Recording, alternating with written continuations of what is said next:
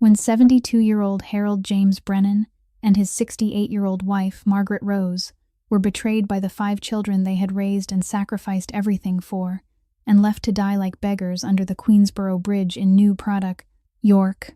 They had no idea that the son they'd given up for adoption 38 years ago had become Xavier Sterling Knight, one of the most feared Mafia bosses on the East Coast, and he'd been searching for them for 15 years.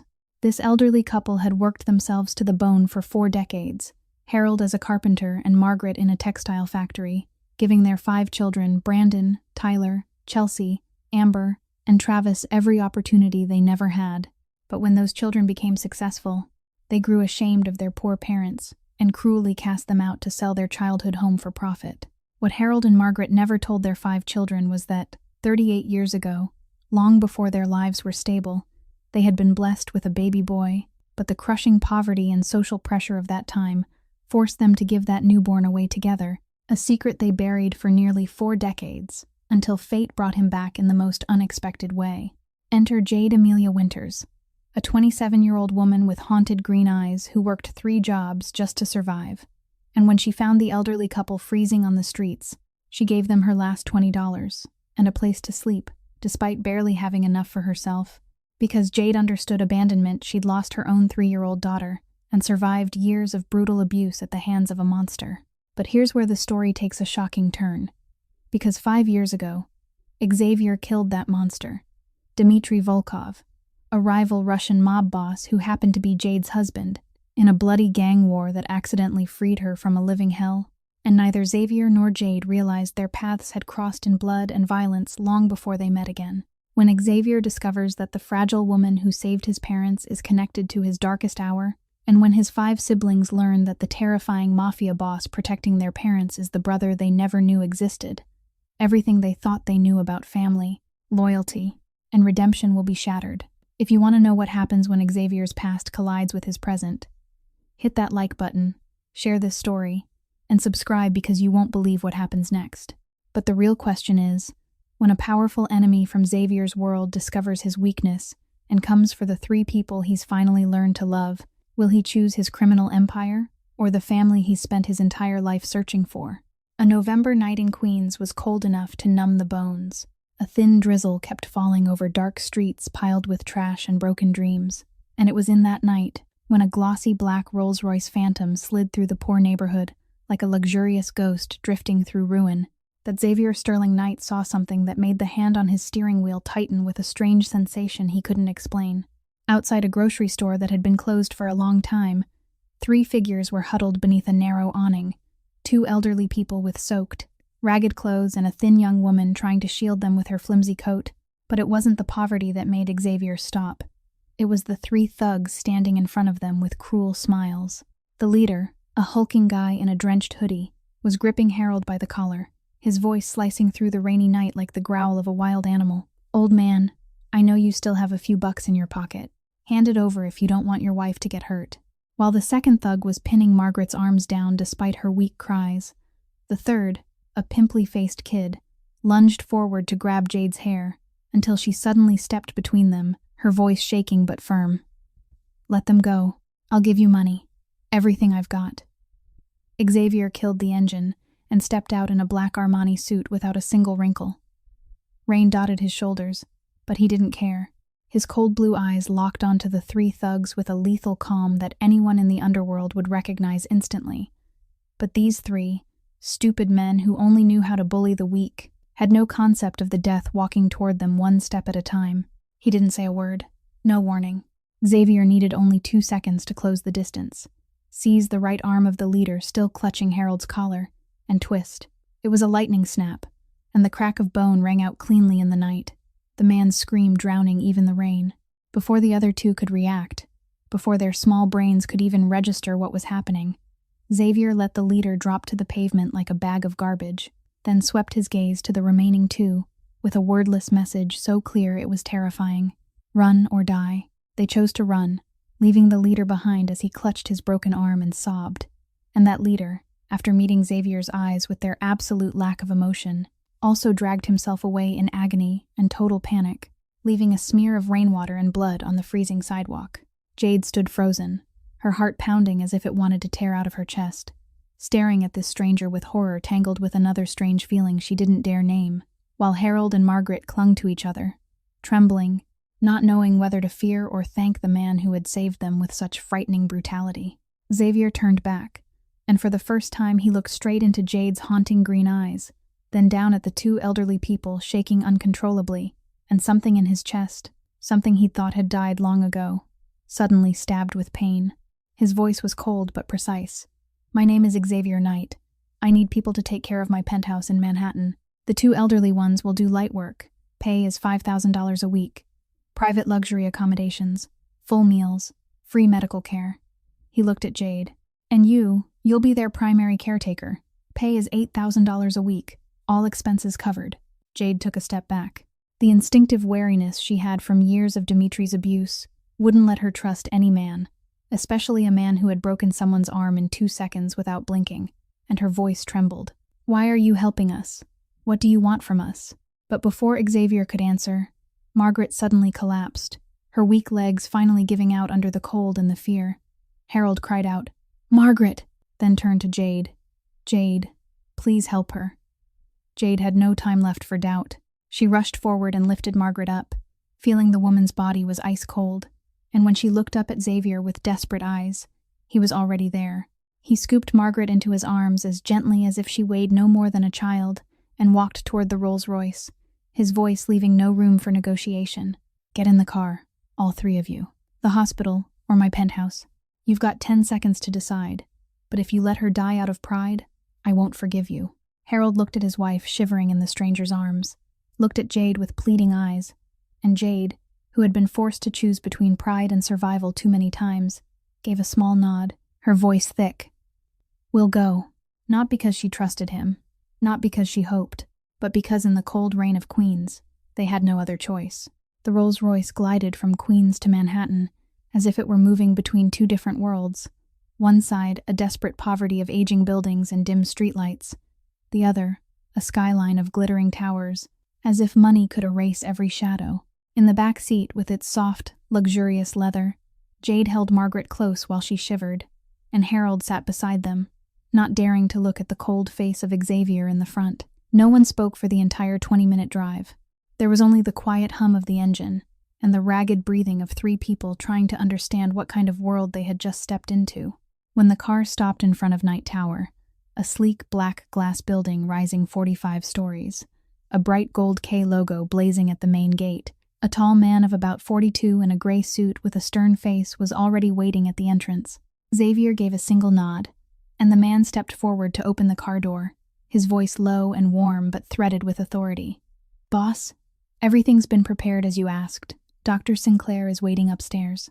This was Jasper Cohen, the man everyone called Jax, Xavier's right hand for 15 years, a man who had witnessed countless deaths and still kept a thin strand of humanity in his dark brown eyes. When he looked at the 3 new guests with quiet curiosity, Jade felt that unlike Xavier, whose gaze was ice, this man still knew how to see other people as human beings instead of objects.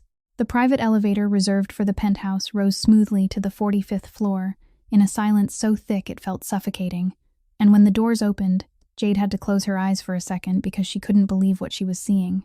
A 500-square-meter apartment spread out before her with 4-meter ceilings, gleaming white marble floors, and floor-to-ceiling glass that looked straight over Central Park, sparkling with night lights. Modern furnishings filled the space: a white leather sofa, a polished mahogany table, expensive art on the walls, and it made her feel like she had stepped into an architecture magazine instead of reality. Harold and Margaret stood motionless, their calloused hands not daring to touch anything, their eyes sweeping the place with the stunned disbelief of people who had been pulled out of hell and dropped into heaven without understanding why. Margaret whispered, trembling, "Lord, is this a dream?" Her voice was so small only Jade could hear it. Jax led them across the vast living room and pointed to a room on the west wing. "This is Mr. and Mrs. Brennan's room. King-size bed, fully stocked closet, private bathroom with a massage tub, automatic climate control, and windows facing the Hudson River." He opened the door to show them a bedroom Harold and Margaret would have never dared to dream of even in the best days of their lives. A soft bed with crisp white sheets, a plush fur rug, and the faint scent of lavender hanging in the air. Margaret began to cry, her shaking hands covering her mouth. Harold held her tighter, and Jade had to turn her face away because she didn't want them to see the tears spilling from her green eyes. But Jack saw anyway, and his gaze softened a little as he said, "Your room is here. Smaller, but comfortable." He led Jade to a room on the east wing, truly much smaller than the elderly couple's, yet still twice the size of the damp basement apartment she'd lived in for the past 2 years. It had a clean, single bed, a small desk, and a window looking out over the glittering city. There was no time to stay stunned for long because a woman of about 32 appeared, wearing a white blouse with blonde hair neatly pinned up, carrying a medical case, her smile professional but warm. "I'm Dr. Freya Sinclair. Xavier asked me to check on your health."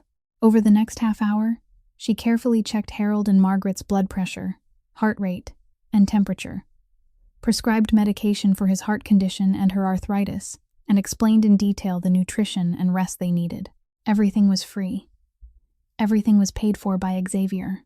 When Dr. Freya left, Xavier appeared in the living room, standing at the tall window looking out over the city, his silhouette in a black suit like a dark king gazing down at his kingdom, and his cold voice carried through the air.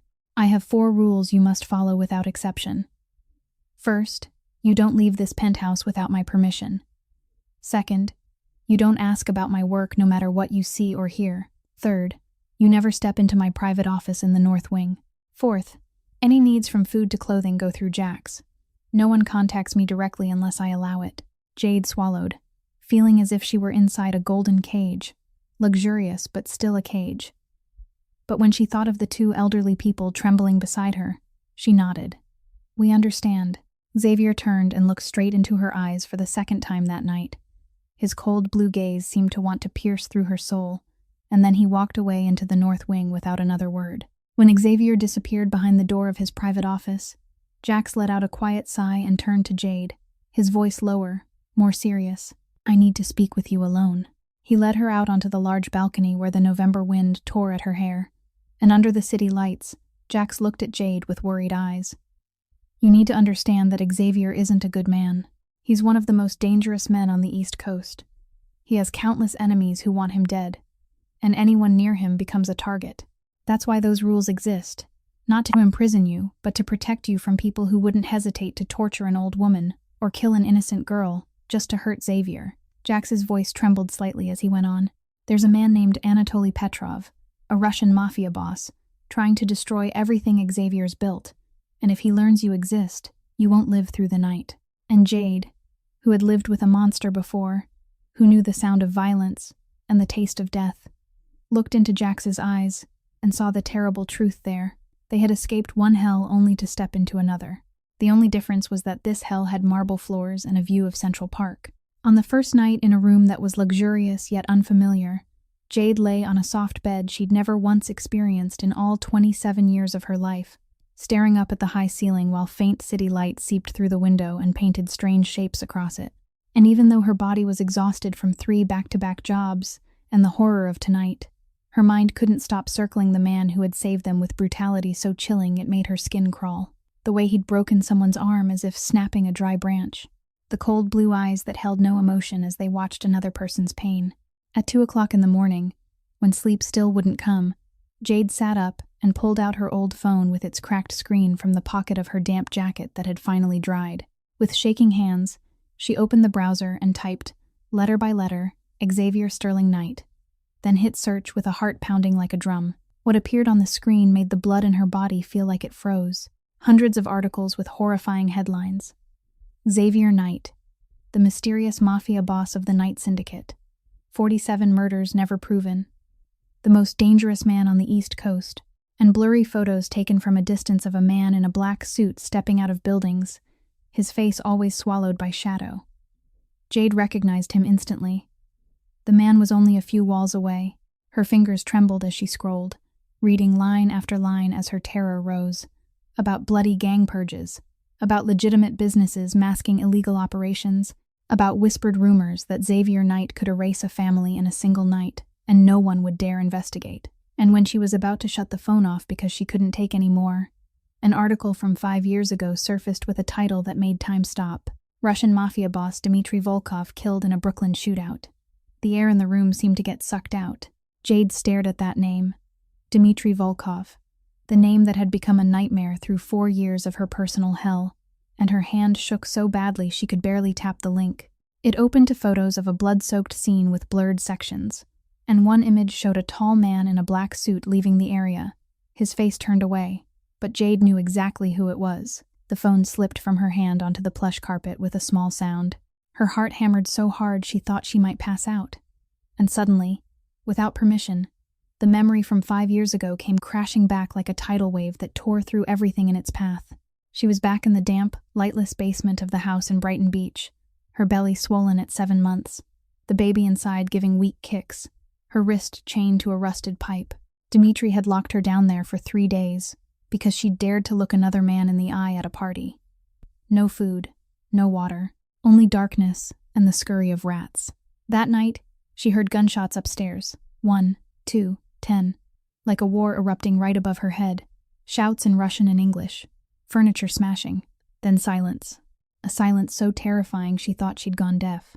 She waited. She didn't know how long, minutes or hours, until she couldn't hear anything at all. And with the last strength of a desperate woman, she pulled at the chain until her skin split and blood ran, slipped her hand free, and crawled up the stairs with her heavy, pregnant body, pushing the basement door open. The house looked like hell on earth. Dmitry's guards lay scattered in death, blood soaking into an expensive Persian rug, and in the middle of the living room, Dmitry lay on his back in a pool of blood, with a bullet hole right between his brows. The cold blue eyes that had beaten her now stared lifelessly at the ceiling. Jade stood there barefoot, stepping into warm blood, looking at the face of the monster who had stolen 4 years of her life. And what she felt wasn't grief. It wasn't fear. It was relief so intense it stole her breath. But her body didn't grant her time to feel it. Pain tore through her abdomen like a knife. Her water broke, soaking her filthy clothes. She collapsed beside Dmitry's corpse, screaming, alone in a house full of bodies, and delivered her tiny, fragile baby girl 2 months early. And when neighbors finally dared to call the police, when the ambulance came, Jade had already passed out with the baby in her arms, never knowing that 5 years later fate would bring her face to face with the very man who had killed Dmitry that night. Back in the present, Jade sat on the floor of the luxurious room, arms wrapped around her knees, trembling not from fear but from a knot of feelings she couldn't untangle. She should have been afraid of Xavier.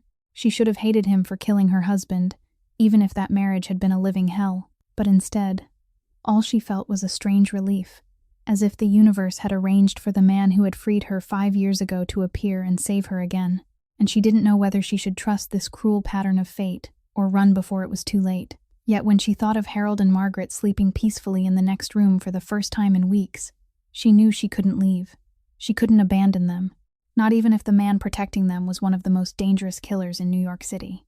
2 months passed like a strange dream that none of the 3 of them dared to believe could last, and in that short stretch of time, the penthouse on the 45th floor slowly shifted from an unfamiliar golden cage into something that almost resembled the word home, a word they hadn't had in so many years. Harold, his health noticeably improved thanks to expensive medication and a full nutrition plan that Dr. Freya monitored every week, found his way back to an old joy in woodworking, and every morning when sunlight spilled across the wide balcony overlooking Central Park, he sat there with the simple tools Jax had bought for him, gently shaping pieces of wood into small animals, delicate boxes, his 72-year-old hands trembling but still skilled, his eyes lit with the pure pleasure of a craftsman doing what he loved. Margaret, the 68-year-old woman who had once washed dishes for hire and begged on the streets, now found meaning in making warm family meals, and each afternoon the scent of chicken soup, homemade bread, and traditional apple pie drifted through the penthouse. She hummed quiet hymns as she stirred the pot, and when Harold and Jade sat down at the table, she smiled with the pride of a mother feeding her family. Even if this family had been formed through the strangest of circumstances, Jade had become a devoted caregiver. Every morning at 7 o'clock, she woke to check Harold's blood pressure with a modern electronic monitor, made sure he took the right heart medication at the right time, gave Margaret her bone supplement and anti-inflammatory pills for her arthritis, then read to them on rainy afternoons when they couldn't go out to the balcony, her voice gentle as she moved from classic novels to current news. And in those calm moments, with Harold carving wood, Margaret knitting, and Jade reading aloud, They looked so much like a real family that sometimes all three of them forgot they were living on the charity of a mafia boss. The couple began to see Jade not as a paid caretaker, but as the daughter they'd never had. Margaret often stroked Jade's hair when she sat beside her, calling her sweetheart in a voice full of tenderness. Harold would brush Jade's shoulder as he passed, giving her a small nod of gratitude. And Jade, who had lost her parents at 16, felt a piece of her emptiness fill in a little, even though she knew it could all vanish at any moment. One night near the end of January, when the season's first snow turned Manhattan white beyond the windows and Harold was asleep in his room, Margaret and Jade sat together on the white leather sofa with 2 cups of hot tea, the glow of the electric fireplace wrapping the room in warmth. And Margaret said casually, "You know, you look like the son I lost." Her voice trembled as she said it, and Jade turned to her with curious green eyes. Margaret stared into her tea as tears slid down her aged, wrinkled face. "When I was 30, long before Harold and I had any stability in our lives, we were blessed with a baby boy. We were so drowning in poverty that we couldn't even pay rent. We had no steady work, and both our families had cut us off out of shame." She wiped her tears with the rough back of her hand. "I had to give my baby up a few days after he was born. I left him at the church door with a note that had his name and date of birth, hoping a good family would take him in, and I never stopped thinking about him. Every day, every year, wondering if he was healthy, if he was happy, if he's still alive now. He'd be almost 40. Jade felt her heart tighten with Margaret's pain. She set her cup down and wrapped her arms around her, letting Margaret cry into her shoulder as she whispered, "You did everything you could. You made the hardest decision of your life so he'd have a better chance. That's the highest kind of love a mother can give." And the 2 women held each other and cried in silence, one grieving a child lost, the other grieving a child dead, both unaware that the son Margaret was mourning was only a few walls away, in the dark office of the North Wing, where Xavier Sterling Knight stood by the window looking down at the city with a glass of whiskey in his hand, not knowing that the mother who'd abandoned him 38 years ago was crying for him just beyond the door. That night, after Margaret had fallen fully asleep in Harold's arms, Jade lay on her bed and still couldn't close her eyes because the sound of his dry cough carried through the thin wall, a deep cough from somewhere inside his chest that made her worry, even though Dr. Freya had said it was only a symptom of chronic lung disease from years of smoking. She decided to sit up anyway, slip on a thin robe, and step into the living room to make warm honey tea for him to drink when he woke coughing again. 2 o'clock in the morning, the penthouse was drowned in darkness, lit only by the faint glow of the city outside. Jade sat on the sofa with the mug in her hands, staring out at the tall window where the snow kept falling in silence. And then the private elevator opened with a small sound that made her flinch and turn. Xavier stepped out, and Jade knew immediately something was wrong. His black Armani suit was soaked, not with snow but with blood. Blood streamed from his left shoulder, soaking through his white shirt until it was stained red. His face was pale under the dim light, yet his blue eyes were still cold and alert when they landed on her. The instinct of a woman who'd had to care for her own wounds after Dimitri's beatings surged up.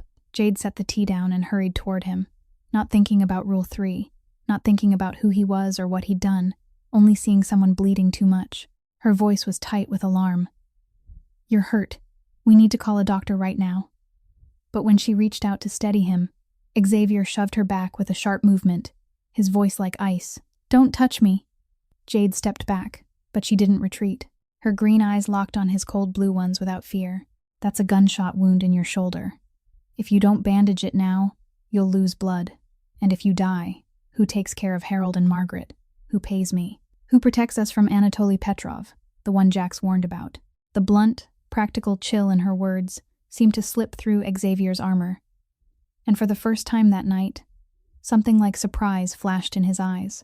He studied her for a long moment, weighing her, deciding, then gave a slow nod, stepped to the sofa, and sat down, peeling off his suit jacket with stiff movements driven by pain.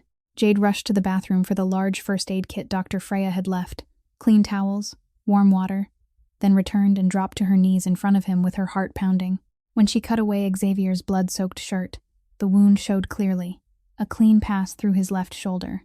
The bullet had gone through without hitting bone, but it was still bleeding heavily, and when her fingers touched his skin to wipe the blood away, both of them felt it, a jolt like electricity, and the air between them suddenly grew heavy and tight, hard to breathe. Jade forced herself to focus on the bandaging. Her small hands were steady and skilled as she cleaned the blood, sprinkled antibiotic powder, wrapped the gauze firm but not too tight, careful not to do more damage. Through all of it, Xavier didn't let out a single sound even though she knew it hurt.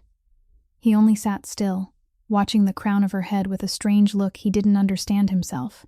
When she finished, Jade leaned back, her hands still faintly trembling, and Xavier asked in a low voice, "You aren't afraid of me?" It was a simple question, but it carried too much underneath. Jade met his eyes and answered with a calm that was almost frightening. "I already died once, sir. There's nothing left to be afraid of." Xavier frowned. "How did you die?" he asked, not out of curiosity, but out of something deeper he didn't have a name for. Jade let out a slow breath and looked down at her hands, still smeared with his blood. "My daughter died 2 years ago.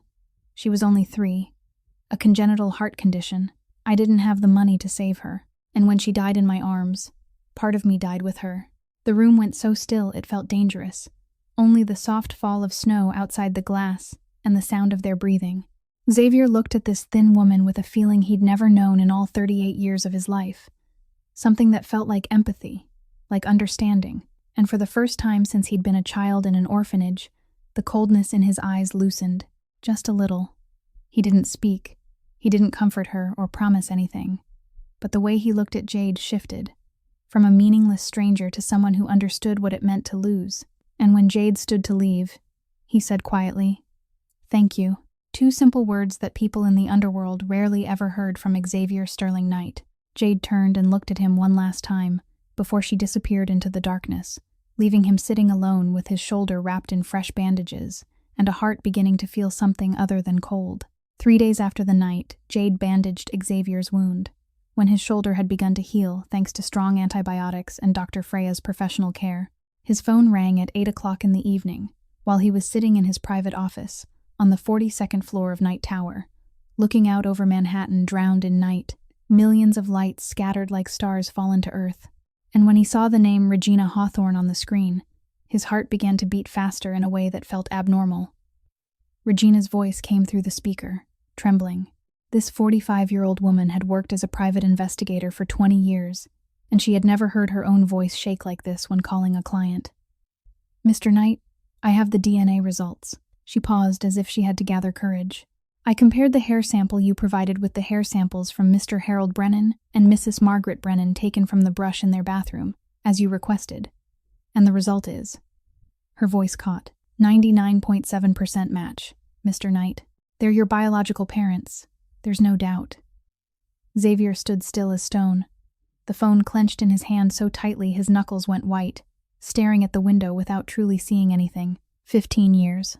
15 years of searching through countless investigators, millions of dollars spent, thousands of records checked, and in the end, the people he'd been looking for were living inside his own penthouse, rescued by him on a rainy November night. His voice came out rough, rare when he answered. "You're sure?" Regina let out a breath. "I checked 3 times with 2 different labs. They all came back the same. Margaret Rose Brennan, born 1957, and Harold James Brennan, born 1953, are your biological parents. You were born when Margaret was 30, in 1987, at St. Mary Hospital in Boston, and you were brought to Holy Cross Orphanage 2 days later." Xavier ended the call without another word, let the phone drop onto the mahogany desk with a small sound, braced both hands on the tabletop, lowered his head, and felt his shoulders shake, not with tears, but with the pressure of 38 years finally breaking open. Jax walked into the office without knocking. He'd known his boss long enough to sense when something serious had happened, and when he saw Xavier standing like that, Jax understood immediately. "Boss, that was Regina, wasn't it?" His voice was gentle, like he was speaking to a wounded animal. Xavier nodded slowly, his throat thick. "They're my parents, Jax. The old couple I saved, the ones I put in the penthouse. They're my biological parents." Jax went quiet for a long time, then asked the only question that mattered. "Do you want to tell them right now?" Xavier lifted his head. His blue eyes were rimmed red, but there were no tears. "Not yet. I need time. I need to know what kind of people they are before I decide whether they should know. They abandoned me once. I need to be sure that..." He didn't finish, but Jax understood. Xavier was afraid of being rejected again. afraid that if they learned their son was a murderous mafia boss, they'd recoil in disgust and turn their backs. From that night on, Xavier changed. He stopped avoiding the penthouse the way he had before and began spending more time there, sitting in silence on the sofa at a distance, watching Harold work wood on the balcony with the hungry look of a child staring at his father, listening to Margaret tell Jade stories about the past in a voice thick with longing. And every time he heard her mention the son she'd lost, Xavier's heart flinched like a blade sliding in. Night after night, he stood outside their door once he was sure they'd gone to sleep, his back against the cold wall, listening to their prayers before bed. Margaret's voice trembled as she read from the Bible. "Lord, I beg you to forgive us for the greatest sin of our lives. We gave up our first child, an innocent baby who did nothing wrong. Please protect him wherever he is, and if he's still alive, let me see him one more time before we die." And Harold whispered, "Amen. That sin will follow us until we close our eyes." Xavier stood there with his fists clenched so hard his nails cut into his palms, no tears falling because he'd learned not to cry at 8 years old. But his heart hurt so much he thought it might break. It hurt because they had never forgotten him. It hurt because he understood they'd lived in guilt and regret for 38 years. It hurt because he realized they loved him, even without knowing who he was. And it hurt because he was terrified that when they learned the truth, they wouldn't be able to accept a son who was a cold-blooded killer. 2 weeks after Xavier received the DNA results, while he was slowly accepting the truth that he had found his biological parents and trying to decide what to do next, fate delivered another upheaval he hadn't anticipated. Because Harold and Margaret's 5 ungrateful children, after selling the home from their parents' childhood for $3 million and splitting the money to spend, suddenly began to feel a flicker of curiosity, mixed with guilt about what had happened to their elderly parents. And Brandon, the oldest, a successful lawyer with an office on Park Avenue, decided to hire a private investigator to find out where the old couple had ended up. The investigator didn't take long to discover that Harold and Margaret Brennan were living in the 45th floor penthouse of Knight Tower, one of the most expensive buildings in Manhattan, under the protection of Xavier Sterling Knight. When Brandon shared that information with his 4 siblings, all of them were shocked and confused, unable to understand why their poor parents had any connection to a notorious mafia boss. On a Friday afternoon, near the end of February, when the snow had melted and Manhattan was starting to prepare for an early spring, all 5 children showed up in the lobby of Knight Tower. Brandon in a gray Armani suit, Tyler still wearing a doctor's white coat with his hospital badge, Chelsea in an expensive Chanel dress, Amber carrying a Hermes handbag, and Travis, the only one who looked uncomfortable, his face pale and his eyes full of fear. They marched straight to the reception desk. Brandon spoke with authority. "We need to see Mr. Harold Brennan and Mrs. Margaret Brennan immediately. They're our parents." But 2 massive security guards with earpieces and handguns hidden beneath their jackets stepped out to block them. One of them spoke coldly. "The 45th floor penthouse is a private area. No one goes up without Mr. Knight's permission." Brandon's anger flared and his voice rose. "I'm a lawyer. I can sue you and this building for unlawful detention." Jax, standing in a corner of the lobby watching the security cameras, immediately called Xavier, who was in his office on the 42nd floor. "Boss, there are 5 people claiming to be the Brennans' children causing trouble in the lobby." Xavier's voice came back like ice. "Keep them there. I'm coming down." 3 minutes later, the private elevator doors opened, and Xavier stepped out in a flawless black Tom Ford suit, his dark hair slicked neatly back, his cold blue eyes sweeping over the 5 people clustered in the lobby as if they were insects beneath his shoe. The air around him seemed to turn colder, and everyone in the lobby fell silent. Brandon, with the manufactured confidence of a lawyer used to twisting words, stepped forward. "I'm Brandon Brennan, attorney at Morrison & Associates. My parents, Harold James Brennan and Margaret Rose Brennan, are being kidnapped and unlawfully held by you in this building. I demand you release them immediately or I'll contact the police and the FBI." He tried to sound commanding, but his voice trembled slightly when he met Xavier's eyes. Xavier smiled, a cold smile with no humor, and moved close enough that Brandon had to back up several steps. Kidnapped, unlawfully held. Interesting words coming from people who threw their elderly parents onto the street like trash, sold their house to split the money, and left them to die under the Queensboro Bridge on a cold, rainy night in November. Xavier's voice stayed even, but every word landed like a knife in the conscience of all 5. Chelsea stepped up, her carefully done makeup twisting with anger. That's our family business. You have no right to interfere." Xavier turned his gaze on her with pure contempt. "Family business. From the day you forced them out, from the day you chose money over love, they stopped being your family. They're mine now." Tyler, a surgeon with a Columbia degree, tried to stay calm. "You don't have the right to decide that. Legally, we're their biological children." But Xavier took a single step forward, and Tyler swallowed hard and backed away. Xavier's voice dropped into something dangerous, like the growl of an animal. "I'm Xavier Sterling Knight. I control half the east coast of this city. I can wipe out your whole family in one night, and no one will dare ask questions. I can make you disappear like you never existed. So I suggest you leave right now, before I change my mind, and decide the world would be better without 5 shameless people like you." The 5 children stood frozen, faces drained of color. Amber whispered, shaking, "We should go." Brandon tried to hold on to his pride. "I'll sue you," but his feet were already turning toward the door. Chelsea sobbed as she hurried after him. Tyler couldn't bring himself to look back, and the 4 of them rushed out of the building as if a demon were chasing them. Only Travis remained, the youngest, 30 years old, hollow-faced from gambling addiction and crushing debt. He stayed rooted in place, legs shaking, tears running down his cheeks, then dropped to his knees in the middle of the luxurious lobby while strangers stared. "Mr. Knight, I know my siblings and I are disgusting. I know we don't deserve forgiveness. But please, please let me see my parents just once. Let me apologize before it's too late.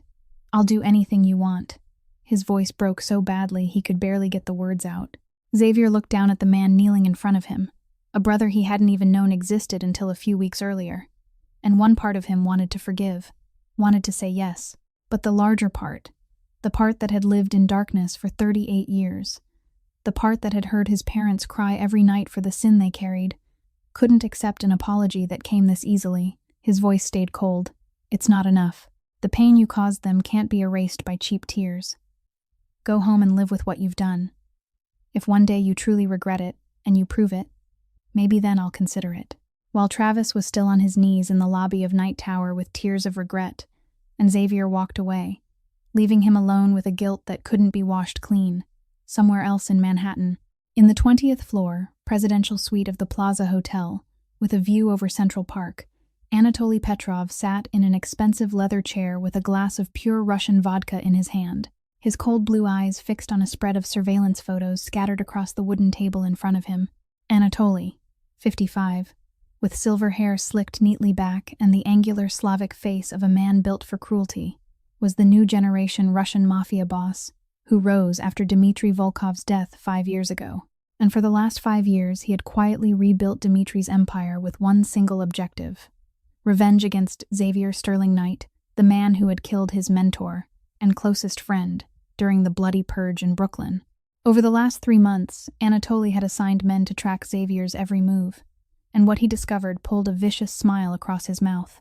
Because Xavier Sterling Knight, a man known to have no weaknesses, no family, no loved ones, had suddenly begun spending far more time at his penthouse, and inside that penthouse were 3 people he seemed to care about in a way that was unmistakably abnormal: 2 elderly people around 70, and a thin young woman with long brown hair. Anatoly lifted one photo, a candid shot of Harold carving wood on the balcony.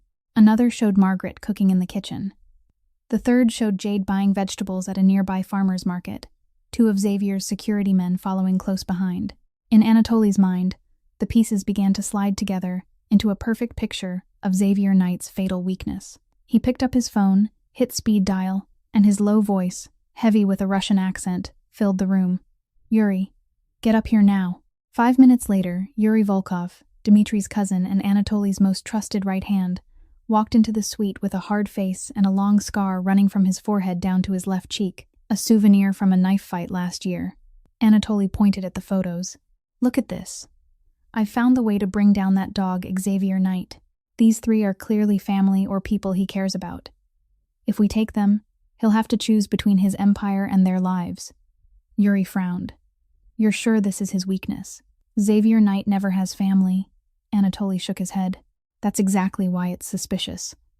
Why would a man who never lets anyone near him suddenly allow 3 strangers to live in the most private penthouse he has? Why does he send 2 guards to follow that woman every time she goes outside? No, this is his secret family, and we're going to use them to destroy him. Anatoly stood and walked to the window, looking out over Central Park fading into sunset, his voice cold.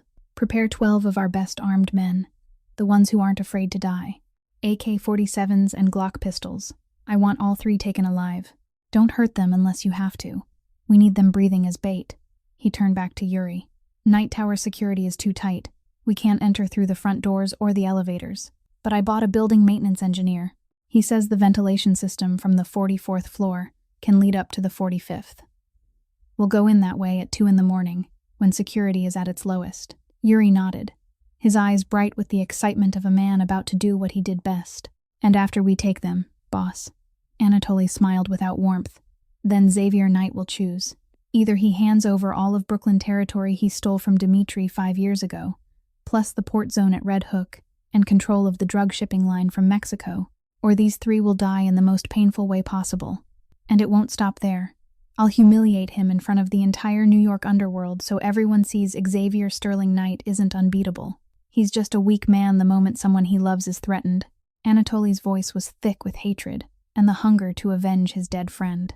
And in that Manhattan night, while Harold and Margaret sat watching TV in the penthouse they believed was safe, while Jade read before sleep, and while Xavier worked in his office unaware that danger was closing in, Anatoly Petrov finished his final plan to strike 3 days later, a plan that would change all of their lives in a way that couldn't be reversed.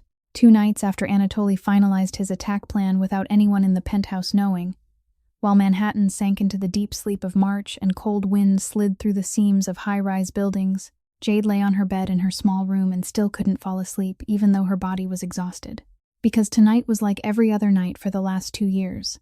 The nightmare of Lily came crashing back, the image of her tiny girl with the same green eyes as her mother lying in a hospital tangled in tubes and wires, the heart monitor beeping and beeping until it turned into one long, flat sound. And Jade jolted awake with her heart racing and her pillow soaked with tears. She sat up, checked the clock, and saw it was 3 a.m, and she knew sleep wasn't coming back tonight. She pulled on a thin sweater and stepped into the living room, meaning to make tea, but her feet carried her to the large balcony instead, where the sliding glass door had been left cracked open. When she pushed it wider, the 3-degree wind hit her hard, and she shivered. But what made her freeze wasn't the cold. It was the man standing there. Xavier leaned back against the glass railing, a tumbler of amber whiskey in his hand, ice catching city light in small flashes. He wore a black suit, but had taken off his vest, leaving only a white dress shirt with the top 2 buttons undone, his throat and part of his chest exposed, sleeves rolled to his elbows, revealing strong forearms. In the dark, his face looked more tired than Jade had ever seen, the lines around his eyes deeper, his jaw clenched as if he were enduring some invisible pain. He turned when he heard her footsteps, cold blue eyes meeting her wet green ones, and for a long stretch of silence neither of them spoke, until Jade asked softly, "You're not sleeping?" Xavier took a sip of whiskey before he answered.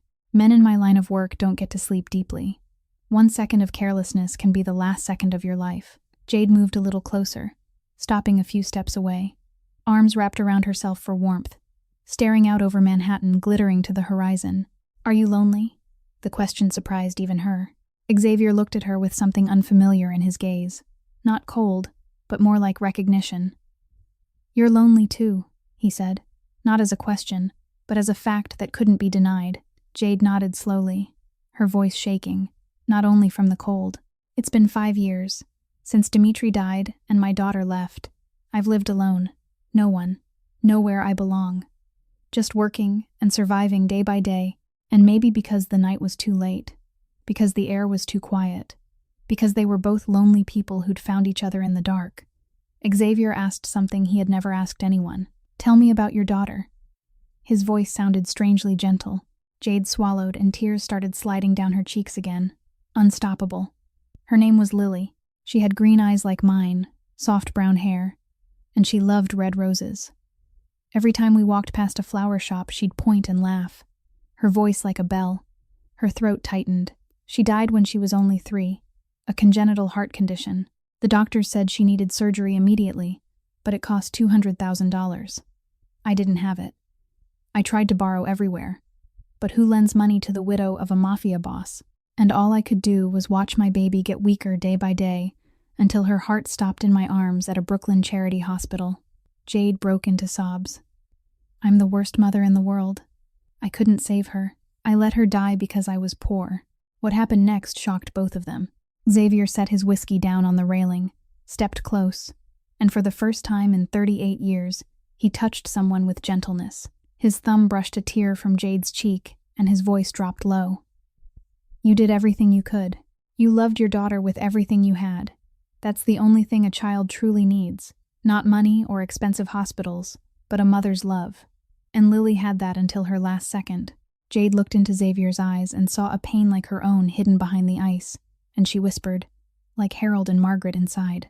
They did everything they could for 5 children, sacrificed their whole lives, and they were still betrayed in the cruelest way. Sometimes, no matter how hard we try, life still isn't fair to the best people.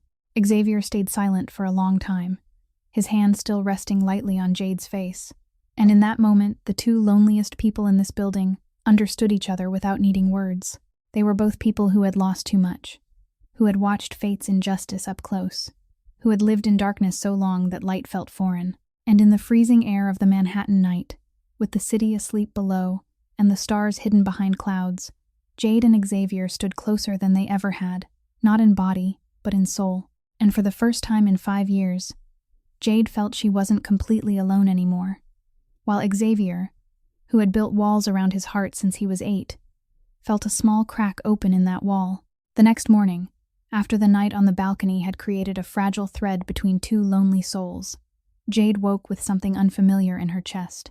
She didn't feel completely hollow the way she used to, and she walked into the dining area to prepare breakfast for Harold and Margaret when she noticed Xavier's black iPhone sitting on the glass table. He must have forgotten it when he rushed out to work early.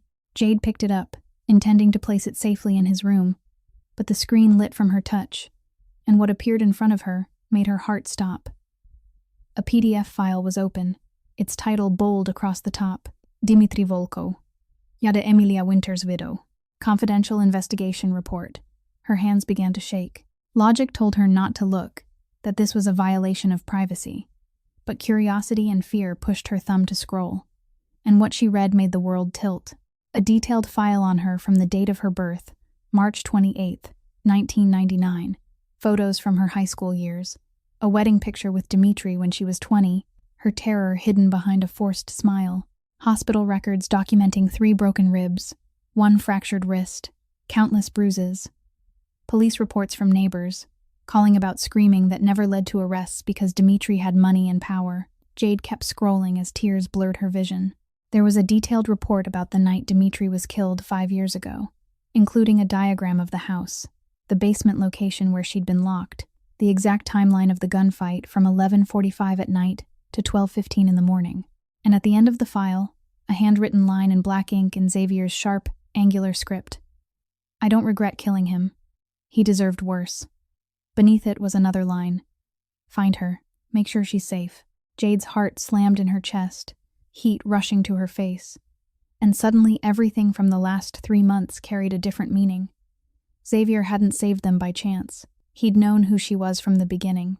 He'd been watching her, and that truth made her furious and dizzy with confusion all at once. Without thinking, Jade clutched the phone and hurried down the long hallway, and for the first time, she violated Rule 3 that had been set on day 1. She threw open the door to the private office in the north wing.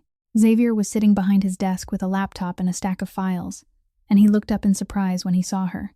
But before he could speak, Jade slammed the phone onto the mahogany desk with a sharp thud, her voice shaking with anger. You knew who I was from the beginning, didn't you? The air in the room thickened. Xavier looked at the phone, saw the open file, then looked back at Jade with a face that held no emotion. His voice was cold, as it always was. Yes, a single word with no apology, no explanation. And that blunt answer made Jade angrier. Why didn't you tell me? Why pretend you didn't know? Why follow me like I'm a criminal? Her voice kept rising.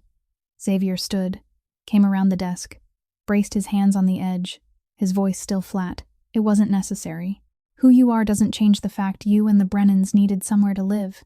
Jade let out a bitter laugh, tears streaming down her cheeks. Not necessary. You investigated every detail of my life. You know every injury I've ever had, every night I got beaten, And you're telling me it wasn't necessary?" She stepped closer, her voice trembling. "I'm Dmitry Volkov's wife, the man you killed 5 years ago. You killed my husband. You made my daughter lose her father. And now what are you doing? Paying for your sins. Pitying me." Xavier straightened and stepped close enough that she could smell his expensive cologne, his blue eyes boring into hers with terrifying intensity. "He deserved to die, and you know that better than anyone." Jade didn't back away. "But you still killed my husband. My daughter lost her father because of you." She shouted it, and this time Xavier truly snapped, his voice dropping into something dangerous. "He wasn't a father. He was a monster who abused you, beat you when you were 7 months pregnant, shattered your ribs 3 times in 4 years, locked you in a dark basement without food or water, treated you like an animal, and you dare call him a father to that baby." Jade stumbled back a step, shocked, not by the words, but by how much Xavier knew, details only she had ever carried. You know everything." Her voice shrank. Xavier nodded, his voice still cold, but there was something else behind it now. "I know everything. I know he broke your ribs 3 times and the doctors told you not to go to the police. I know he made you stand outside in the snow for 2 hours when you were 5 months pregnant because you dared to argue with him. I know you tried to kill yourself twice with sleeping pills and it didn't work because you were afraid for the baby inside you." Jade collapsed into a nearby chair, her face in her hands, sobbing as the memories came back like a tidal wave. Her voice broke.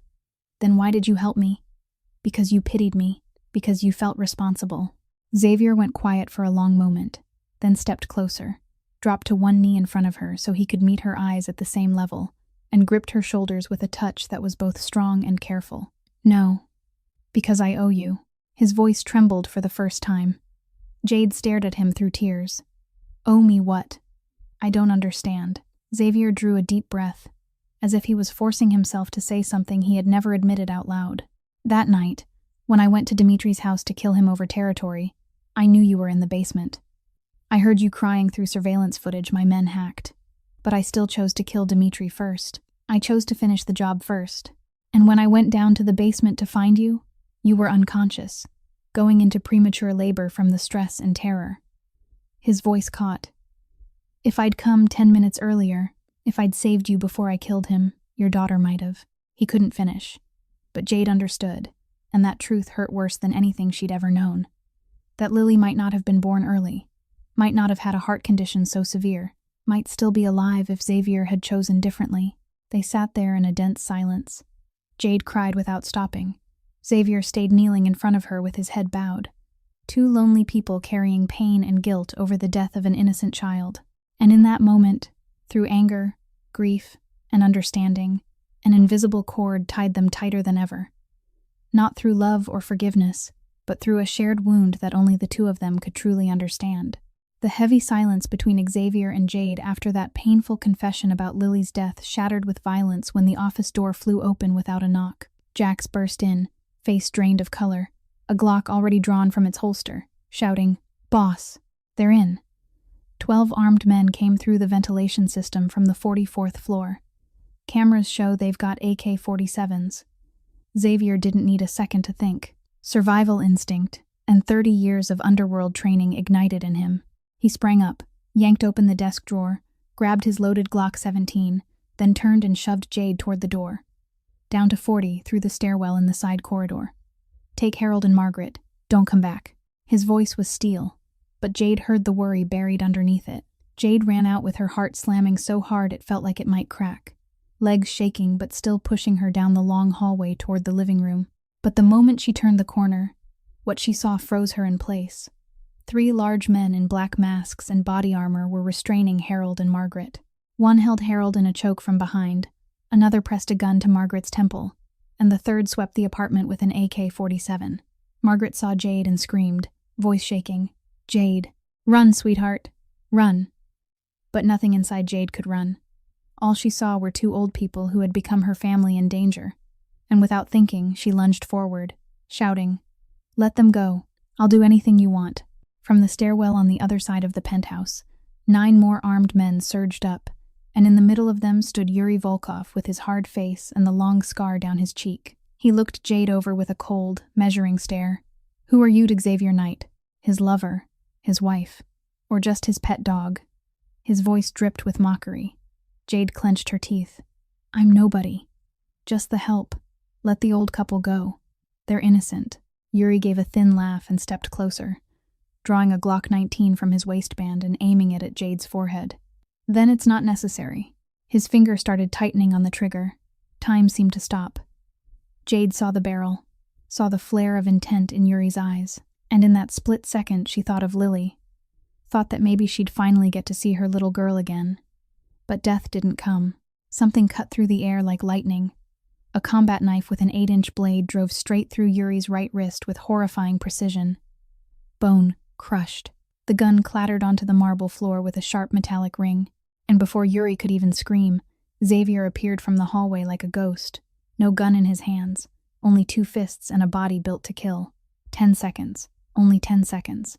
Xavier twisted away from the nearest gunfire, seized the first man by the neck, and snapped it with a sickening crack, used the collapsing body as a shield against bullets from the second, then drove a brutal kick into the third man's knee, dropped him, and ended him with one hard punch to the temple. 3 men dead or unconscious in 10 seconds left Jade and the others staring in shock. But the remaining 8 weren't amateurs. They recovered fast, drew pistols, and closed in around Xavier, while 4 others moved like machines to restrain Harold and Margaret and yank Jade back, binding all 3 with metal wire.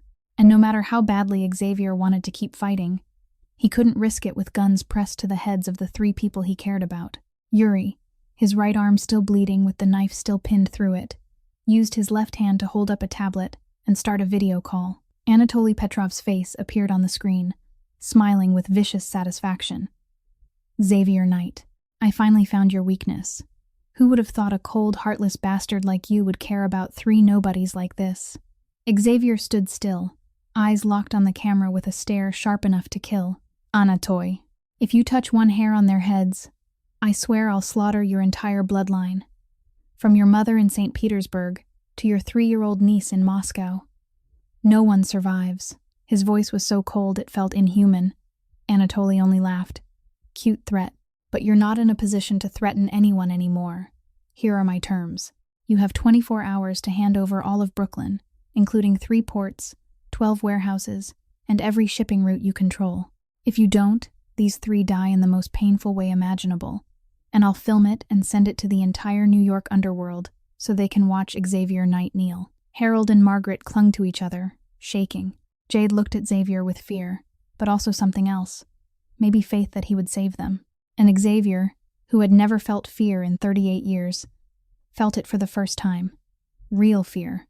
Not for himself, but for the people who were becoming his family. His voice ground out through his teeth. If your men hurt them, I'll make you wish you were never born.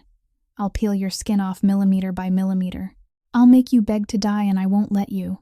Anatoly kept smiling. I'll be waiting for your call in 24 hours, Knight. Don't disappoint me.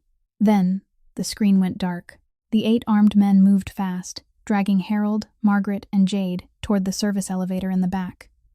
Xavier tried to lunge forward, but 3 guns lifted to his head forced him to stop. And in the last second before the elevator doors closed, Jade's eyes met Xavier's. No words, but both of them understood. This might be the last time they ever saw each other. When the doors slid shut, Xavier stood in the wrecked penthouse with 3 bodies on the floor, fists clenched until his nails cut into his palms and blood welled, and he let out a long, raw scream of rage and pain that echoed through the building. The drive from Manhattan to Brooklyn in a black windowless van lasted 30 minutes. 3 people bound tight with metal wire that bit into skin until it bled, blindfolded with black cloth, and thrown onto the floor like cargo. Harold coughed again and again because the air inside the van was suffocating. Margaret trembled and whispered prayers under her breath. Jade forced herself to stay calm, even though her heart hammered like a drum in her ribcage, trying to memorize every turn and shift in the road so she'd know where they were if a chance to escape ever came. When the van stopped and the back doors flew open, the March wind slammed into them, carrying the salty bite of seawater and the stink of diesel from a nearby port. The 3 of them were yanked out roughly, dragged across uneven ground, and when the blindfolds were ripped away, they found themselves inside an old warehouse stretching hundreds of feet, cracked brick walls, a high ceiling punched with holes that let the wind pour through, a concrete floor so cold it felt wet, nothing but a few rotting wooden crates, and the thick stink of mold. Yuri, his arm wrapped in a sloppy bandage and his face pinched with pain, pointed to the farthest corner. "Sit there. Don't talk loud. Don't try to run. 2 men are on the door. If you do anything suspicious, I'll shoot all 3 of you without asking Anatoly." Then he and the other 10 men left, leaving only 2 armed guards with AKs posted by the large steel door 20 meters away.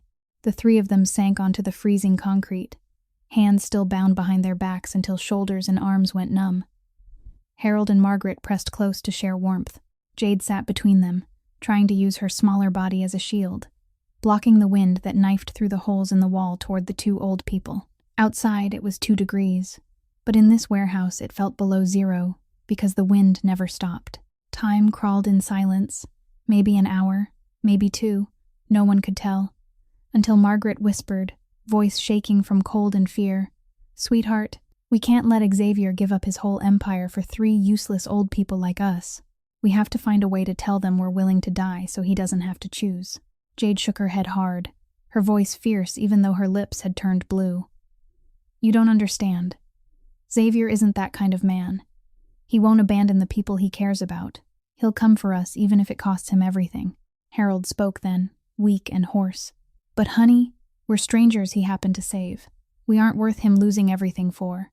Jade turned to them with reddened eyes, her voice breaking. "You aren't strangers. You're his family.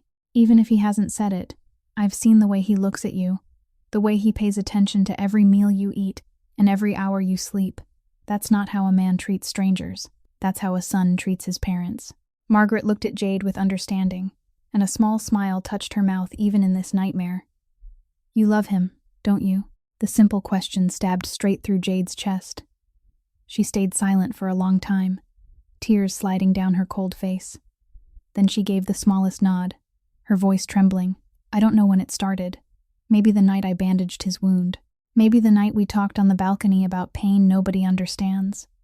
Or maybe the moment he admitted he might have saved Lily sooner if he'd chosen differently. I saw the real person inside him, not a cold Mafia boss, but a lonely man carrying too much damage." Jade broke into sobs. "But someone like me doesn't deserve him.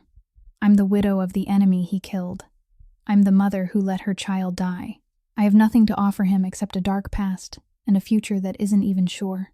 Margaret, even with her hands bound, shifted as much as she could and pulled Jade into her with her shoulder, holding her like a daughter, whispering with fierce tenderness, "Don't ever say that again, sweetheart. You deserve every good thing in this world. You've endured too much, lost too much, sacrificed too much for other people. Now it's your turn to be happy. And if Xavier is the man who makes you happy, then that's the most beautiful thing of all. There's no such thing as deserving or not deserving in love. There's only whether 2 people want to be together or not." The 3 of them held each other in the darkness of the warehouse. Harold leaned his head against his wife and against Jade, forming a small circle of warmth in the biting cold. And in that moment, even with fate uncertain, even with death hovering close, they found comfort in each other. They found family in the worst place. And all 3 of them prayed in silence that Xavier would come in time, not because they were afraid to die, but because they wanted more time together, wanted to say what hadn't been said, wanted to live long enough to see love between Xavier and Jade get the chance to bloom. While Harold, Margaret, and Jade were trembling in the darkness of a Brooklyn warehouse, waiting for fate to decide what would be left of them, 3 levels beneath Night Tower, behind a meter of concrete and absolute soundproofing, Xavier stood in front of 50 of his most elite men, the ones who had followed him through countless wars and would die for him without hesitation. All of them watched their boss in a silence so hard it felt like stone, because something in his face tonight wasn't the usual cold command. It was something they had rarely, if ever, seen. Jack stood beside him with a map of Red Hook spread across a large metal table, red dots marking possible warehouse locations his people had identified after tailing Anatoly's van. His voice carried worry he didn't bother to hide. "Boss, if we breach, they'll execute the hostages immediately. Anatoly isn't a man with a conscience. He won't hesitate to put a bullet in their heads, just to punish you." Xavier wore black Kevlar under his shirt, checking the magazine of his Glock 17, voice like ice but threaded with something else, maybe fear. "I know. That's why we run 2 plans. Plan A. I go in alone and negotiate, unarmed, so Anatoly thinks he's winning. Plan B. If a single drop of their blood spills, You wipe out everything inside that warehouse. No survivors. Dr. Freya stood in the corner with a large medical kit, her voice shaking slightly. And if both plans fail, Xavier, if Anatoly refuses to negotiate and kills them before we can move, the question crushed the bunker into an airless quiet. 50 pairs of eyes locked on Xavier, waiting for an answer. Xavier lifted his head, and for the first time in 38 years, the men who followed him saw a different Xavier. Not the emotionless killer, but a man terrified of losing the only things that mattered. Then I trade my life. I offer Anatoly me instead of them. I'll go to my knees and beg if I have to, because they're my family. They're the only people in my life who ever made me feel like I wasn't completely alone. I can lose my empire. I can lose money and power, but I can't lose them. Jack swallowed hard. Boss. Xavier shook his head. Don't. You already know what to do. 20 of our snipers are in position around the warehouse from the buildings nearby. 30 of you will breach from the back and side doors. You move only on my signal. I go through the front alone to draw Anatoly's eyes. At 11 at night, the black Rolls-Royce Phantom slid through the dark streets of Red Hook. Xavier behind the wheel himself.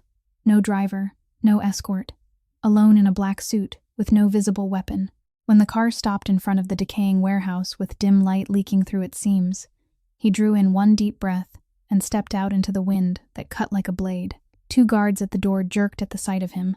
One raised his radio, reporting, "Boss is here. Alone. No weapons." 30 seconds later, the large steel door groaned open. Inside, Anatoly Petrov sat on a battered wooden chair like a king on a counterfeit throne, surrounded by 12 armed men with guns trained on Xavier. And in the far corner, Harold, Margaret, and Jade were bound tight, 2 pistols pressed to their heads. Anatoly threw his head back and laughed, clapping with mocking applause. Xavier Sterling Knight, the man the entire East Coast underworld fears. And now you've come to kneel before me. It's a beautiful feeling. His voice dripped with ridicule, but Xavier didn't look at him. His eyes went straight to the 3 people in the corner, Jade shaking, Harold coughing, Margaret silently crying, and his heart felt like it was being crushed in a vice. Xavier finally turned to Anatoly, voice cold but missing the murderous edge it usually carried. Release them. I'll give you all of Brooklyn, 4 ports, 20 warehouses, and 3 major shipping lanes. Anatoly shook his head, smiling like a man savoring blood. Not enough, Xavier. I want all of Manhattan. Every territory you control, from Harlem to the Lower East Side, from Chelsea to Tribeca, all of it. And you leave New York forever. Xavier's jaw clenched. You're insane. Manhattan is half my empire. You're asking too much. Anatoly stood and strolled closer, that vicious smile never leaving his face. No, I'm just watching you choose. Empire or these 3 nobodies. Power or feeling. Choose, Xavier Knight. And let the whole underworld see you're just a weak human like everyone else. The warehouse went so quiet it felt like suffocation. Every gaze pinned Xavier. Jade shook her head in a small, desperate plea for him not to choose them. Harold and Margaret shook their heads too, refusing to let him destroy himself for them. But Xavier looked into their eyes and saw everything he needed to know. They were the reason he still wanted to live. They were light in the darkness of 38 years. His voice came out steady. I choose them. I give up Manhattan. I give up everything. But you release them now. Anatoly's expression flickered with real surprise. You mean it? You're ready to lose everything for 3 people like this? Xavier nodded once. Yes, but you won't live long enough to enjoy it. Then he snapped his fingers, sharp and loud in the hollow air. 1 second later, 20 sniper shots cracked at once. Bullets punched through the high windows. Glass exploded in a rain of shards. Light from outside blasted in like a spotlight, turning the room into a stage. 50 of Xavier's men stormed from 3 directions, gunfire erupting, smoke and muzzle flash turning the warehouse into chaos. Anatoly's men fired back, a brutal firefight shaking the walls. Xavier didn't hesitate. He launched toward Jade, Harold, and Margaret like an arrow. But Anatoly was faster. He grabbed Jade by the hair and yanked her upright, slammed a Glock against her temple, and screamed, "Stop, or she dies." In the middle of muzzle flash and smoke, in the screaming chaos of dying men and men still fighting, Anatoly Petrov stood with a Glock pressed to Jade's temple, his other hand twisted in her hair so hard it forced her head back. Xavier was 3 meters away with his Glock 17 raised, but he couldn't squeeze the trigger because one stray shot could split Jade's skull. Jade looked into Xavier's eyes, tears sliding down a face smeared with dust and blood, her voice shaking. "Don't do this for me. Just shoot. Don't let him win." Xavier shook his head, his voice rough with iron and something deeper. "I told you I owed you a life from 5 years ago. Let me pay it now. I won't let anyone hurt you again." Anatoly sneered and shoved the barrel harder into Jade's head until she made a small sound of pain. How touching. Romeo and Juliet of the Mafia world. "Now drop the gun, Xavier, or this girl's brains are going on the floor." But before Xavier could react, a shout erupted from the back entrance of the warehouse, sharp enough to snap heads around. Unbeknownst to Xavier, the 5 siblings had refused to stay away. Driven by a sudden, gut-wrenching guilt, they had reached out to Regina Hawthorne, following her lead as she tracked Xavier's signal to the Brooklyn docks. 5 people appeared at the rear door, 2 of Xavier's guards trying to stop them, Brandon in a wrinkled suit, Tyler with a torn doctor's coat, Chelsea sobbing, Amber shaking, and Travis with a face set in desperate determination. All of them were yelling, "Let them go! Let our parents go!" Anatoly frowned, thrown off. "Who the hell are you? Why are you here?" Travis stepped forward, voice trembling but steady. "They're my parents. Those 2 old people are Harold and Margaret Brennan, our parents. Please don't kill them. Kill me instead." Anatoly threw his head back and laughed, a wild sound echoing off the cracked brick. "Beautiful. Xavier Knight has 2 hostage families now. Or is this some kind of joke?" Nobody understood what was happening until a woman burst through the front entrance, hair dark and slick with sweat, clutching a thick file of papers. Regina Hawthorne, the private investigator. She screamed, voice hoarse and urgent. "Xavier, I have to tell you. They're your biological parents. The DNA is 99.7%. Harold and Margaret Brennan are your parents." Time stopped. The warehouse fell into a terrifying hush, even with sporadic gunfire still popping outside. Every eye locked on Xavier, on Harold and Margaret, on the 5 children standing frozen with mouths open, on Jax and Xavier's men staring at their boss in shock, and even Anatoly stiffened like he hadn't heard right. Harold and Margaret, still bound, still hurting, stared at Xavier as realization widened their eyes. Margaret whispered, shaking, my son, dear God, he's—" She couldn't finish. Harold's voice came out raw. I abandoned you 38 years ago, and now you're the one saving us." Anatoly's single moment of distraction, as he tried to process the impossible, was the only opening there would be. Xavier didn't hesitate.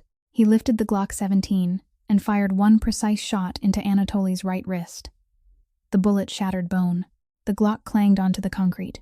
Jade ripped free in that instant, dropped and rolled away, and Jax surged in with 10 men, taking Anatoly down in 8 seconds with professional efficiency, forcing him face first to the floor, wrenching his arms behind his back, slapping cuffs on him.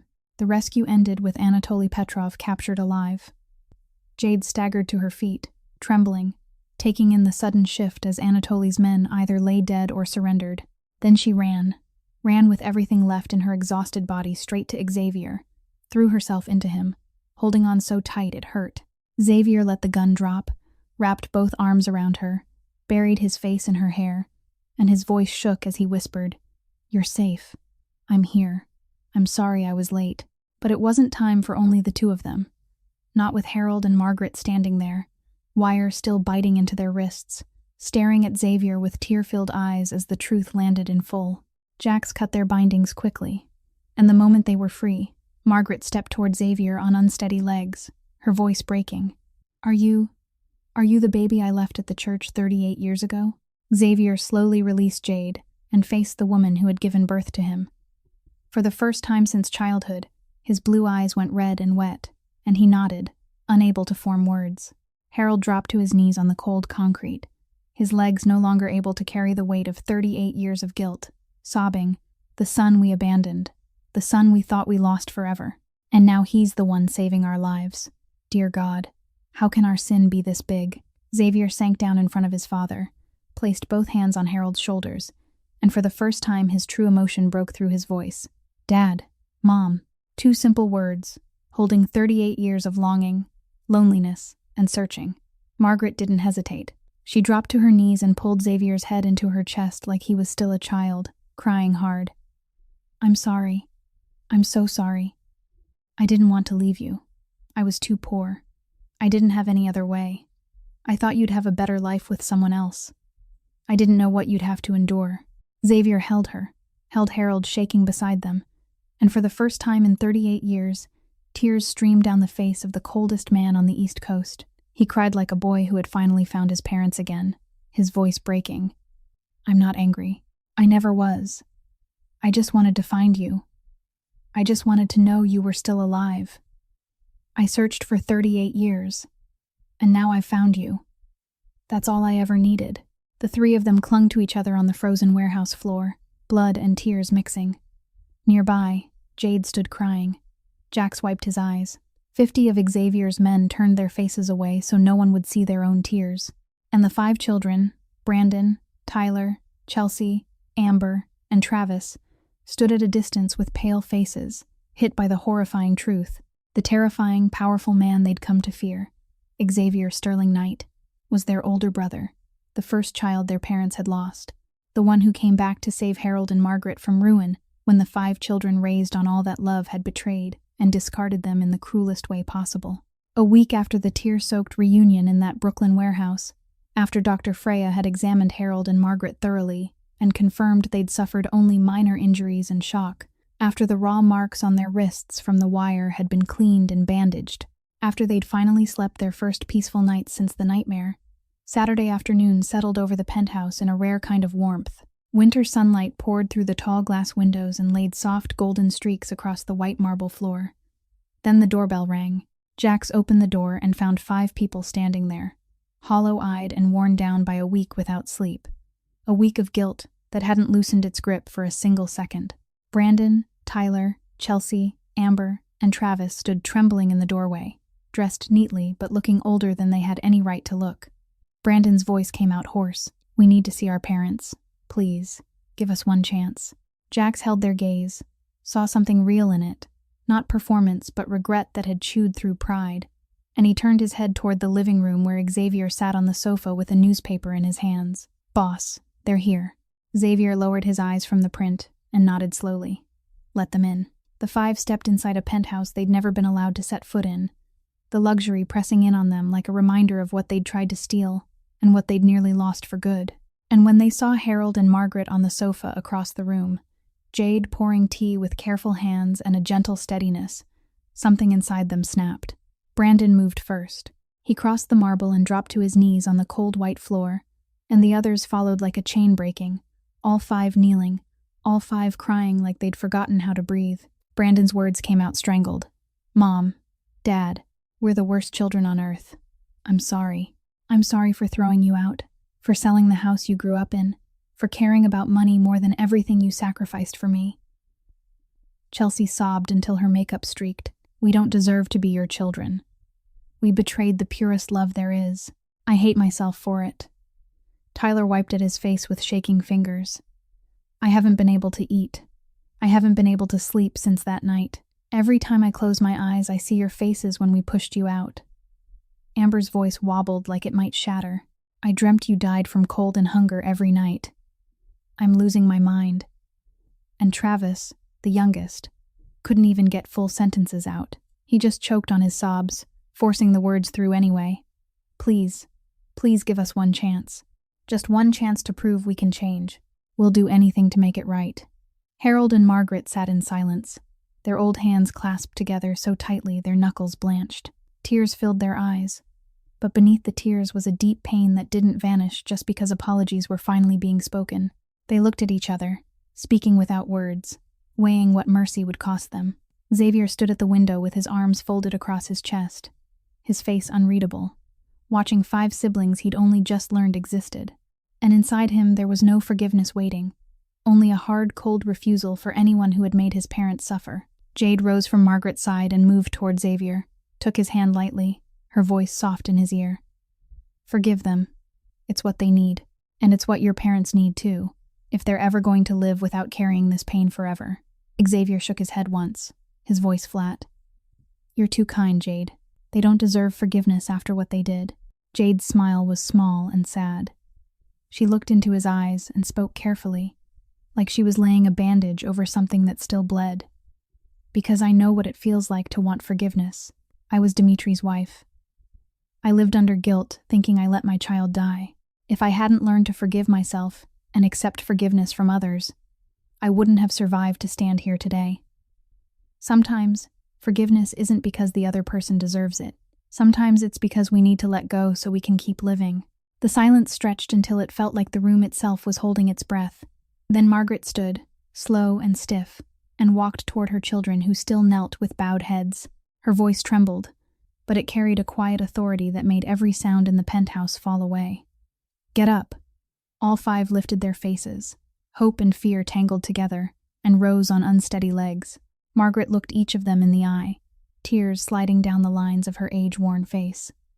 "Your father and I have decided to forgive you, not because you deserve it, but because we're family, and family has to learn how to forgive." The 5 of them broke all at once, rushing forward, clinging to Harold and Margaret, crying like children who'd finally found their way home after getting lost on purpose. Harold stood too, wrapping his arms around them, his voice thick with grief and love. "We forgive you, but from now on you must learn to value family. You must be grateful for what you have. You must never let money and status blind you again.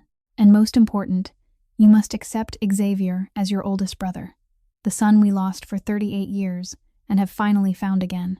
The 5 turned toward Xavier, and for the first time they looked at him not with fear, but with shame and the fragile hunger to be accepted. Xavier didn't move.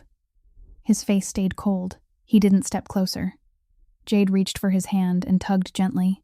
"They're your siblings, even if you hate them. Blood still ties you together." Xavier stared at her for a long moment, saw the sincerity in her eyes, and after a hesitation that felt like a battle inside his chest, he gave a small nod and let her pull him forward. Travis was the first one with the courage to step out of the group. He walked to Xavier and dropped to his knees again, voice shaking. "Brother, I'm sorry.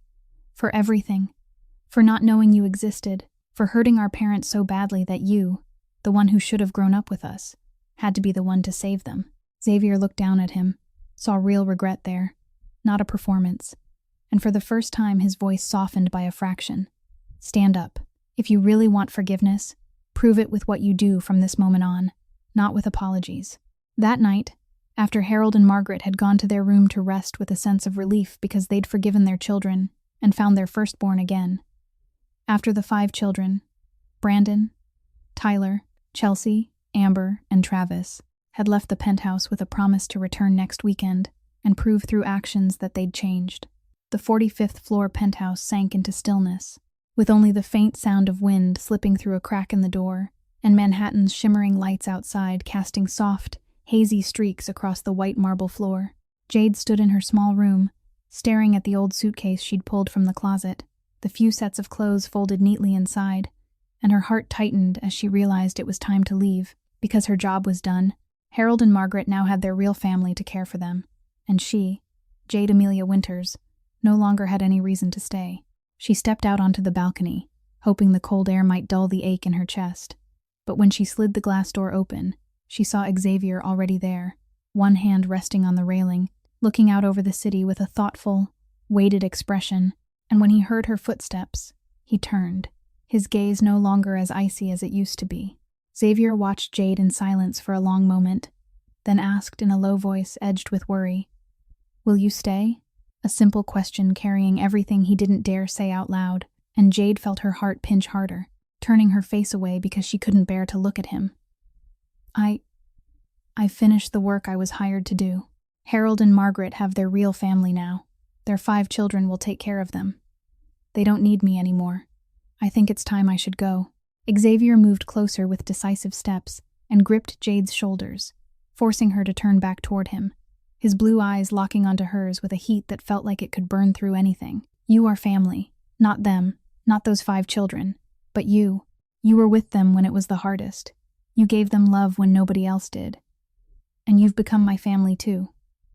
Jade shook her head, tears starting to slide down her cold cheeks. "I'm just a paid helper. You don't need to feel responsible for me. I'll be fine. I've always survived." But Xavier didn't let go of her shoulders. Instead, he took both her hands, his voice softening but steady with determination. You're the only woman I want to be with. Not out of responsibility, not out of pity, but because I need you.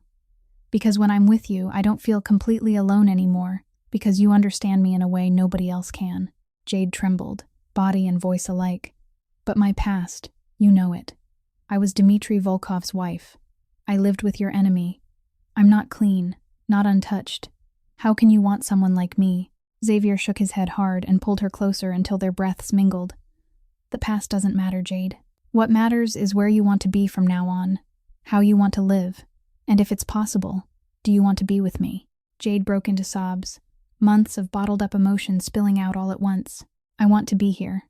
I want to be with you, but I don't deserve you. You're Xavier Sterling Knight. You can have any woman you want. Someone prettier, smarter, someone who doesn't carry a dark past like mine." Before she could finish, Xavier pressed a finger to her lips, silencing her, then rested his forehead against hers in a tenderness she never expected from him. "Don't ever say that again, Jade. You deserve every good thing in this world. You've endured too much, you've lost too much, and if anyone doesn't deserve anything, it's me. I'm a killer. I've got blood on my hands. I'm the man who indirectly caused your daughter's death. But even so, if you'll give me a chance, I'll spend my whole life protecting you, loving you, and making you happy." Jade looked up, her green eyes soaked with tears as they met Xavier's blue eyes that were no longer cold. And in that moment, in the winter wind of a Manhattan night, under the glittering lights of a city that never slept, Xavier slowly bent down and brushed his lips to hers in their first kiss, gentle as a butterfly settling, sweet as honey, carrying all the feelings that had been held back for so long between two lonely people who'd found each other in the dark. When they parted, they were both breathing unevenly, and Xavier pulled Jade tight against him, his face buried in her hair, whispering with a trembling voice, "Stay with me, Jade. Don't leave. I promise I won't let you suffer anymore. I'll protect you from every danger, and I'll love you until my last breath." And Jade held him back and nodded through tears of happiness, not needing to say anything, because her heart had already answered for her, that she'd stay, she'd be with this man, and together they'd build a new future on the foundation of a painful past. A future where real love could heal even the deepest wounds. 13 months later, when spring had arrived and cherry blossoms were blooming across New York on a warm, sunlit March morning, in Queens on the very street where Xavier first met Harold, Margaret, and Jade on that fateful rainy November night, a modern 5-story building of transparent glass architecture stood tall and radiant under the sunlight, crowned with a large golden sign that read, "The Lilly and Brennan Foundation." Hundreds of people attended the grand opening, their applause crashing like waves as Harold and Margaret, two elders aged 73 and 69 with faces glowing and no longer marked by the hardship of the past, cut the ribbon together. The first floor dedicated to a free care center for abandoned seniors with modern hospital beds and devoted nurses. The second and third floors serving as a safe shelter for abused women with counseling rooms and job training classes. The fourth and fifth floors, housing free legal consultation offices and a life skills training center. Jade stood on the stage in an elegant blue suit as the executive director, her voice carrying through the microphone. This charity was born from pain and love, from people who have suffered and now want to help others who are suffering. We understand because we've been there, and we promise we won't let anyone feel as lonely and abandoned as we once did. And Travis, the youngest brother, his face no longer gaunt with the weight of guilt, stepped up as a full-time volunteer and said, through a tight, trembling voice, "I want to make amends by helping others, by doing what I didn't do for my parents when they needed it most," while Xavier stood in the last row, with a faint smile appearing on his lips for the first time, watching his family and the woman he loved turn a dream into something real. 3 months later, on a June afternoon as the sun sank low, Xavier led Jade back to the same dark Queens alley where they first met. Jade asked in confusion, "Why are you bringing me here?" And Xavier smiled, "Because this is where my life changed, where I found my parents and the love of my life." Then he dropped to one knee on the sidewalk that had once been bitterly cold and now felt warm beneath the amber sunset, reached into his coat pocket, and pulled out a small red velvet box, opening it to reveal a 3-carat diamond ring glittering under the streetlight that had just flickered on. "Jade Amelia Winters, you saved my parents when you were still sinking in your own darkness. You taught me how to love when all I knew was hate. You're the light in my dark world. Will you be my wife? Will you stay with me for the rest of this life?" And Jade sobbed and nodded, unable to form a single word. Letting Xavier rise, slide the ring onto her finger, and pull her into his arms with a sweet, breathless kiss in the very alley that had once witnessed their pain and now bore witness to their love. After 3 months of preparation, with the help of Harold, Margaret, and all 5 siblings who had changed, on September 9th, the wedding was held at St. Patrick Cathedral in the heart of Manhattan with 50 close guests. Not extravagant, but overflowing with love. Harold trembled as he walked Jade down the red-carpeted aisle, lined with white roses on both sides, and whispered, "My daughter, I'll never forget what you did for this family. You saved both me and your mother, and now you'll bring happiness to our son." Jade held his shaking hand and looked toward the altar, where Xavier waited in a black Tom Ford suit, his eyes fixed on her with a wordless devotion. Margaret sat in the front row, wiping tears of joy, and when Jade reached the altar, the priest asked for their vows. Xavier took Jade's hands and said, "You gave me a family. You gave me a reason to live. I swear I'll protect you from every darkness, love you in every circumstance, and spend my whole life becoming worthy of you." And Jade wept as she answered, "You saved me from hell. You gave me hope when I thought there was nothing left. You're the greatest gift God has given me. I'll stay with you forever." They exchanged rings, and Margaret stood to present an old worn gold wedding band Xavier had recovered from the original buyer after months of searching. "This is the ring I once sold to raise my children. Now I'm giving it to my daughter-in-law." The 5 siblings, Brandon, Tyler, Chelsea, Amber, and Travis, stepped up and said, "You did what we couldn't. We're sorry. And thank you for loving our brother." The priest declared, "I pronounce you husband and wife. The groom may kiss the bride." And Xavier pulled Jade into his arms and kissed her deeply amid thunderous applause. And for the first time in 38 years, Xavier Sterling Knight felt complete. This story shows us that sometimes the people we lose return in ways no one could ever expect. That real family isn't defined by blood or lineage, but by the ones willing to stay when life is at its hardest. That true love always finds its way home, no matter how much pain and darkness it has to cross. And most importantly, it's never too late to forgive, to love, and to begin again. If this story has touched your heart, please subscribe to our channel, hit the like button, and share this video so more people can listen to moving and meaningful stories every day, because every story we bring you isn't only for entertainment. It's also a reminder of what truly matters in life: family love, gratitude, and the strength of forgiveness. Tell us how you feel about this story. Did it make you think of your parents, your family, or the people who helped you when you needed it most? Have you ever faced betrayal or loss like Harold and Margaret, or found love in an unexpected place like Xavier and Jade? We'd truly love to hear what's in your heart in the comments below, because your story matters, and it might inspire someone else who's reading. Finally, thank you sincerely for giving your precious time to follow this story from beginning to end. We wish you and your family good health, a life filled with joy and laughter, smooth days at work, a love that stays full and steady, and most of all, please cherish the people you love while they're still beside you, because life is short. We never know what tomorrow holds, so love them with everything you have while you can. Goodbye, and we'll see you in the next video with another moving story. Don't forget to turn on notifications so you won't miss it. We love you all so much.